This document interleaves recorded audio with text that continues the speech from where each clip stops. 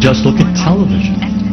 We now have TV shows telling us that, in addition to the Arab terrorists over there, American Arabs over here are also terrorists.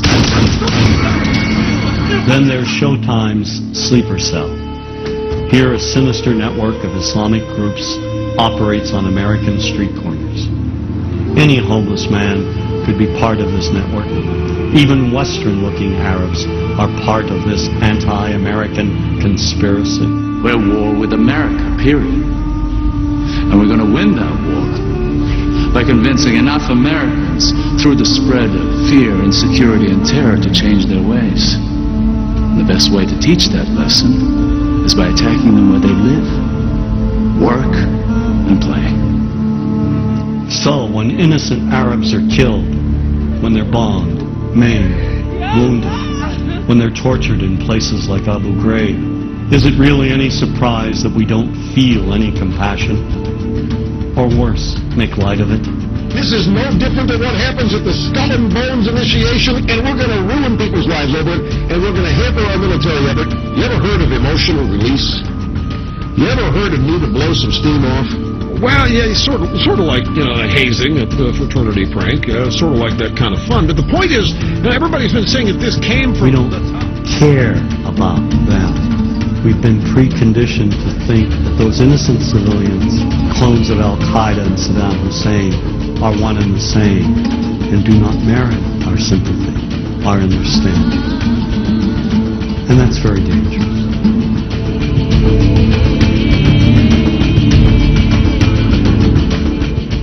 So what does it mean to be a Zionist?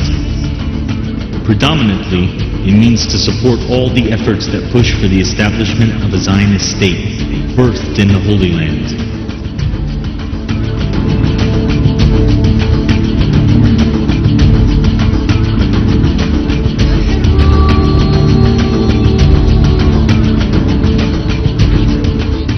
Its capital is Jerusalem.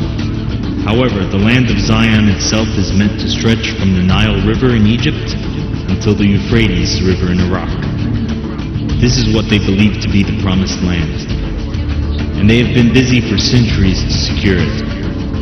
It is only logical that the same people who want to secure this state in the land that belongs to the Arabs would simultaneously portray the Arabs and Muslims in that land as lesser humans, not worthy of sympathy.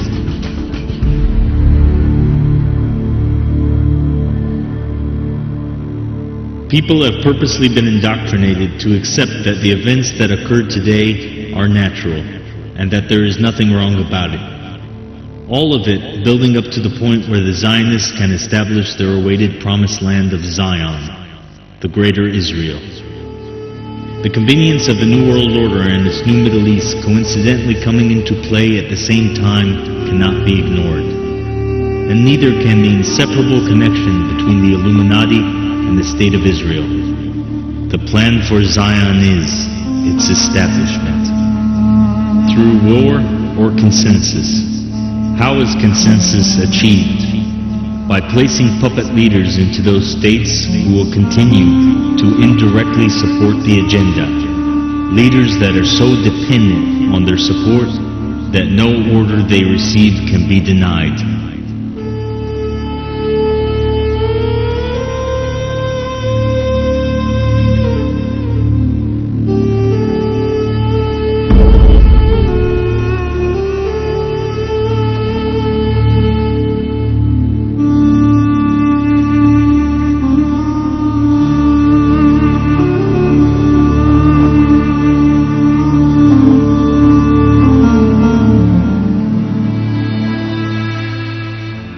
What has occurred in the region since the establishment of Israel in 1948?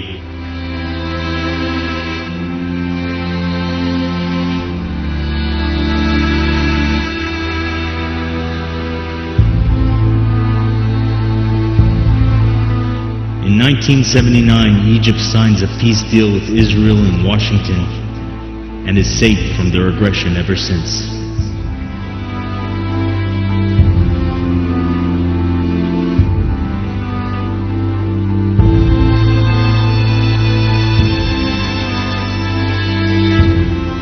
In 1994, Jordan's king signs a peace deal with Israel, and his country remains safe from their aggression ever since.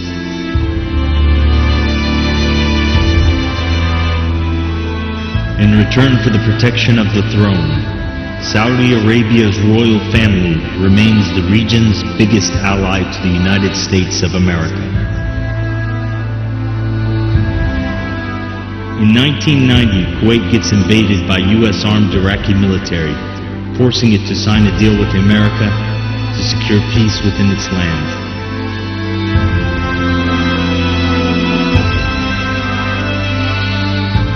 Since 1948, Palestine has not known peace, subjected to a Zionist Holocaust.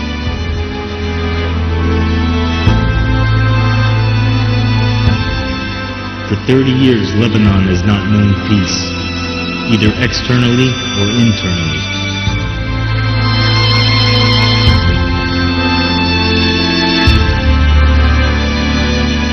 In April 2003, the War on Terror conveniently pushes the United States to invade Iraq.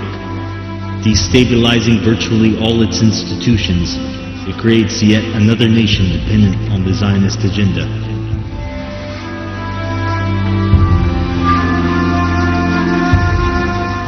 There's no doubt that the Illuminati, mystical Jews, control America.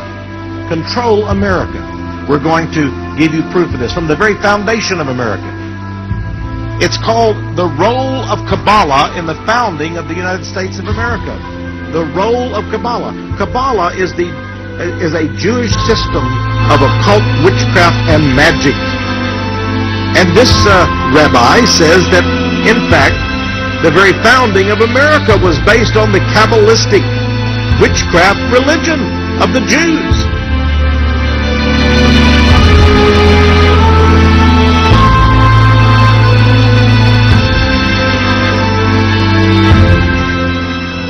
The Torah does not and cannot justify this agenda, and true Jewish representatives recognize that. The Zionist plan, however, was never based on the Torah. But look on the other side of the dollar bill, and there you see the great eagle, the symbol and of the United States of America from almost its foundation. But at the very top you see 13 stars in the sun's glory. But those stars are in fact designed as a secret Star of David. The Jewish Star of David reigns over America.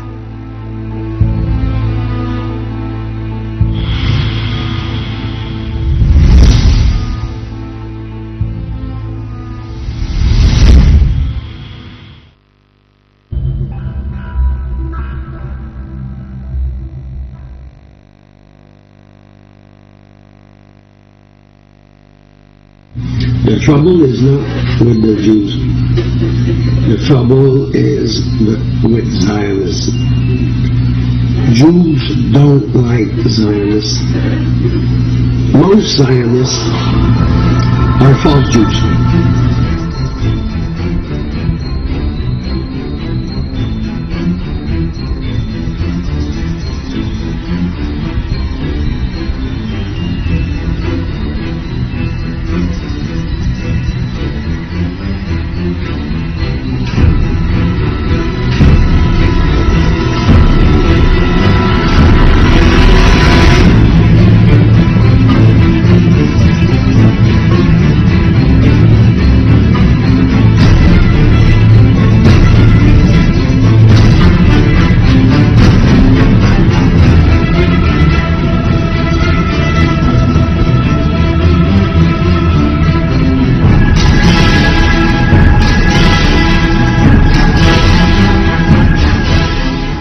Unfortunately, something new has developed in the world in the last 100 years, a new movement and ideology, and that is called Zionism. People confuse Judaism and Zionism. They consider it one and the same. But it could be nothing further from the truth, because in actuality, Zionism is antithetical to Judaism. It is the diametric opposite. Judaism is a religion, a spirituality, to serve God, to be subservient to God, practiced by Jewish people for thousands of years, to emulate God. As in Hebrew we say, Mahu rachum ata tehe rachum.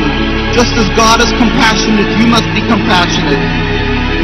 Zionism is the transformation of Judaism into something new, entirely different, into nationalism, a political goal to have a land, to be a proud nation amongst nations.